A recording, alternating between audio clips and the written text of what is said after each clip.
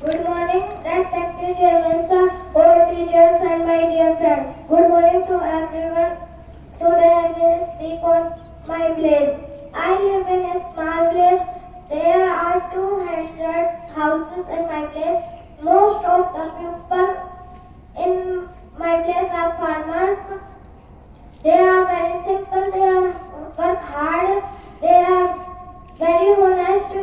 Women also work hard. They bring water from well.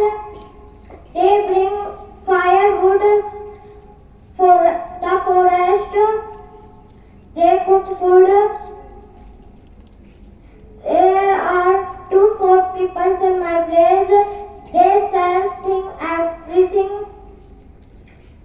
There are no hospital. People are poor but happy.